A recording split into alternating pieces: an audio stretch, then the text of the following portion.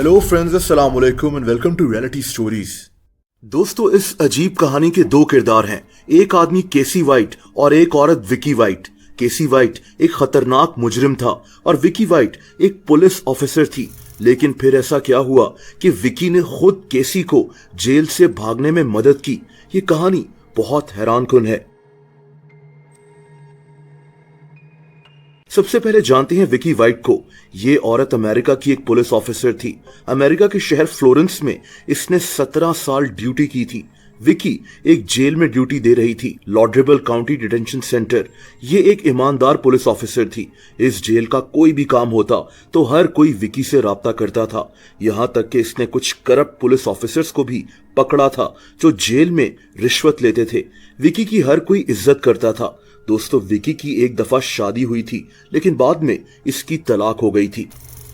दोस्तों, इस कहानी का दूसरा किरदार केसी वाइट है। विकी से बिल्कुल मुख्तलिफ, यानी एक खतरनाक मुजरिम। केसी को 75 साल कैद की सजा हुई थी, यानी इसने अब सारी जिंदगी जेल में गुजारनी थी। इसी दौरान इसे लॉड्रेबल काउंटी डिटेंशन सेंटर में रखा गया था। इस वक्त इस पर अदालत में एक और केस भी चल रहा था, कत्ल का केस। ये 2020 की बात है। केसी वैसे तो एक बेहद खतरनाक मुजरिम था, लेकिन ये लोगों से हंसकर बात किया करता था। लोग इसको फ्रेंडली कहते थे कि ये आदमी बहुत धीमे मिजाज का है। दोस्तों, इसी जेल में केसी की मुलाकात विकी से हो गई।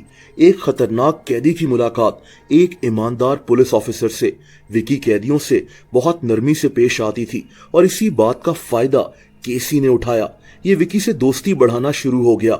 इसने विकी को बताया कि ये बेगुनाह है, इसने कोई कत्ल नहीं किया। विकी रोजाना इसके पास जाती और ये काफी देर तक बातें करते रहते थे। दूसरे कैदी ये सब कुछ देख रहे थे। इनको अंदाजा हो रहा था कि विकी और केसी बहुत करीबी दोस्त बन गए हैं। ये दोस्ती इतनी ज्यादा बढ़ गई कि विकी केसी को पसंद करना शुरू हो गई।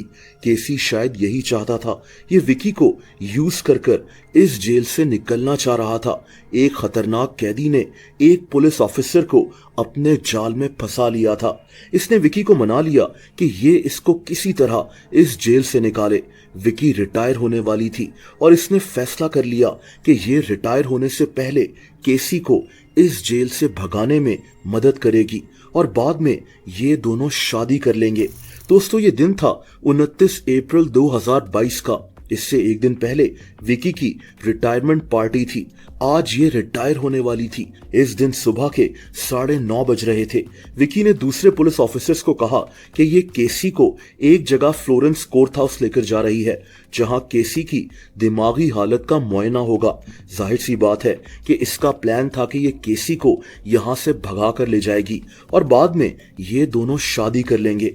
वहां के पुलिस ऑफिसर्स को ये बात काफी अजीब लगी, क्योंकि विकी जिद कर रही थी कि ये केसी को अकेले लेकर जाएगी। हालांकि ऐसे खतरनाक मुजरिमों के साथ कम से कम 2 पुलिस ऑफिसर्स जाते थे। इन पुलिस ऑफिसर्स को शक तो हुआ, लेकिन विकी इतनी सीनियर पुलिस ऑफिसर थी, सब इसकी इज्जत करते थे, तो कोई इसके आगे कुछ नहीं बोला।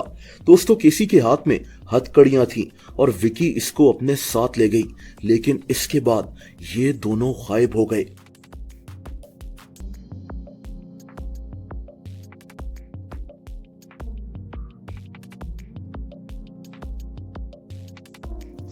विकी एक खतरनाक मुजरिम को खुद जेल से भगाकर ले आई थी। पुलिस अब इन दोनों को तलाश करना शुरू हो गई। इन्होंने एक बहुत बड़ा ऑपरेशन लॉन्च किया इन दोनों को पकड़ने का। पुलिस को अपनी इन्वेस्टिगेशन में पता चला कि विकी ने भागने से पहले अपनी एक प्रॉपर्टी भी बेच दी थी, और वो भी बहुत कम कीमत में। जिस प्रॉपर्टी की प्राइस $2.5 लाख थी, उसको इसने जल्दबाजी में सिर्फ $95,000 में बेच दिया, क्योंकि इसको भागने के लिए पैसों की जरूरत थी। इसने भागने से पहले कुछ गन्स भी खरीदी थी और कुछ कपड़े और एक गाड़ी भी खरीदी थी। पुलिस को यह भी पता चला कि विकी उस खतरनाक मुजरिम केसी से रोजाना बातें करती थी। ये इसको एक्स्ट्रा खाना वगैरह भी दिया करती थी। कई कैदियों के इंटरव्यूज भी लिए गए, जिससे पुलिस को पता चल गया कि विकी केसी से शादी करना चाहती थी। पुलिस हैरान थी कि इस जेल में इतना सब कुछ हो रहा था और पुलिस इससे बेखबर थी। दोस्तों, विकी और केसी के भागने के कुछ देर के बाद पुलिस को वो गाड़ी मिल गई जिसमें ये दोनों जेल से निकले थे। ये दोनों ये गाड़ी छोड़कर कहीं भाग चुके थे। अगले 11 दिनों तक पुलिस इन दोनों को ढूंढती रही और फाइनली पुलिस को कुछ सबूत मिल गए। ये सबूत उन होटल से मिले जिनमें विकी और केसी रुक रहे थे। इन्होंने कई होटल्स चेंज किए थे। पुलिस को पता लगा कि ये दोनों एक नीली गाड़ी में सवार हैं, फोर्ड F150 पिकअप ट्रक में। पुलिस ने उन सारे रास्तों पर चेकिंग करना शुरू कर दी जहां इनको जाते हुए देखा गया था। दोस्तों 11 दिनों के बाद ये दोनों अमेरिका के एक शहर इवंसविले में पहुंच गए थे। यहां भी इन्होंने एक होटल का कमरा किराए पर ले लिया। इन दोनों ने एक फकीर को कुछ पैसे दिए और इससे कहा कि ये अपने नाम पर यह कमरा बुक करवाए। विकी एक पुलिस ऑफिसर थी।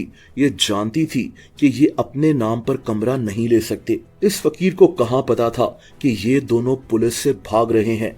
इसने 14 दिनों के लिए ये कमरा किराए पर ले लिया जिसमें विकी और केसी ने रहना था। दोस्तों दूसरी तरफ पुलिस ने इन दोनों की तस्वीरें हर जगह फैला दी थी। इनकी खबर देने पर इनाम भी रखा गया था। केसी इतना खतरनाक मुजरिम था कि इसके मुतालिक खबरदार किया गया कि ये किसी को भी कभी भी कत्ल कर सकता है। 9 मई 2022 को पुलिस को इन दोनों की एक वीडियो मिल गई, उसी शहर की वीडियो जहां ये दोनों अभी रुके हुए थे। ये दोनों अपनी गाड़ी धुलवा रहे थे। अजीब बात ये थी कि इसके कुछ देर के बाद इन्होंने ये गाड़ी चेंज कर ली थी। अब ये एक नई गाड़ी में देखे गए थे और अब पुलिस इनका पीछा करना शुरू हो गई। और फिर कुछ अजीब हुआ। थोड़ी देर के बाद इनकी गाड़ी फ्लिप करते हुए दूर जाकर गिरी। गाड़ी के अंदर से केसी निकला जो चीख रहा था कि विकी को बचाओ, उसने खुद को गोली मार ली है। पुलिस ने विकी को गाड़ी से निकाला, इसको हॉस्पिटल लेकर गए, लेकिन ये औरत मर चुकी थी। इसने वाकई में खुद को गोली मार ली थी, जो बाद में साबित भी हो गया था।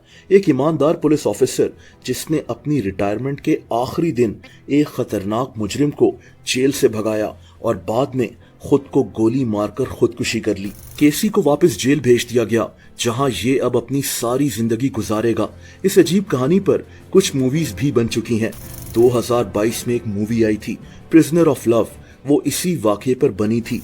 2023 में एक मूवी आई थी बैड रोमांस और ये मूवी भी इसी कहानी पर बेस्ड थी। 1 महीना पहले नेटफ्लिक्स पर भी एक डॉक्यूमेंट्री रिलीज हुई थी jail break love on the run, ये भी इसी कहानी के ऊपर बनाई गई थी।